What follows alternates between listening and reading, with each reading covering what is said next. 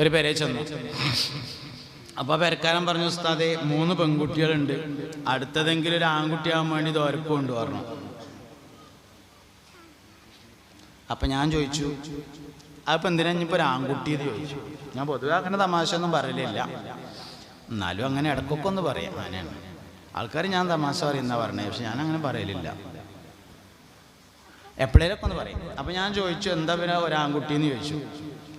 അതിൽ മൂപ്പര് പറഞ്ഞു, അത് നമുക്ക് ഈ നാളും പ്രായമൊക്കെ ആവുമ്പോഴേ ദണ്ണത്തിലൊക്കെ കിടക്കുമ്പോൾ ആശുപത്രിയിലൊക്കെ ആവുമ്പോൾ മരുന്നെടുത്തൊക്കെ തരാൻ അവനാൻ്റെ വെച്ചിട്ട് ഒരു ആൺകുട്ടി വേണ്ട വെച്ചിട്ടാണ് കാരണം. എന്താ ഈ പറഞ്ഞേ, എനിക്ക് മനസ്സിലായോ? നമ്മൾക്ക് വയസ്സായി നാളും പ്രായമൊക്കെ ആയിട്ട് ദണ്ണത്ത് കിടന്നിട്ട് ആശുപത്രിയിലാവുമ്പോൾ മരുന്നെടുത്ത് തരാൻ അവനാൻ്റെ വെച്ചിട്ട് ഒരു ആൺകുട്ടി വേണ്ട വെച്ചിട്ടാണ് എന്ന് വേണോ? കീശയിൽ പൈസ ഉണ്ടെങ്കിലേ നേഴ്സിനെ വെച്ചാൽ അവനാൻ്റെ കുട്ടികൾ നോക്കണേനേക്കാൾ ഉഷാറായിട്ട്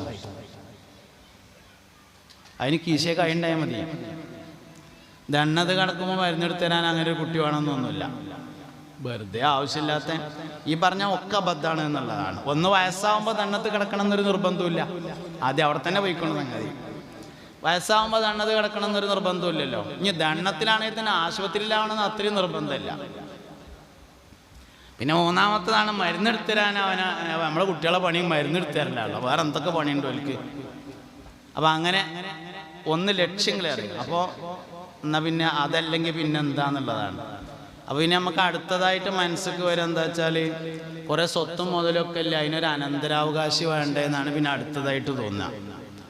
അനന്തരാവകാശികൾ അങ്ങനെ അനിവാര്യമായൊരു ഘടകമാണെങ്കിൽ അത് ആദ്യം അമ്പിയാക്കൾക്കാണ് ഉണ്ടാവേണ്ടത്, നബിമാർക്കൊന്നും അനന്തരാവകാശമല്ല.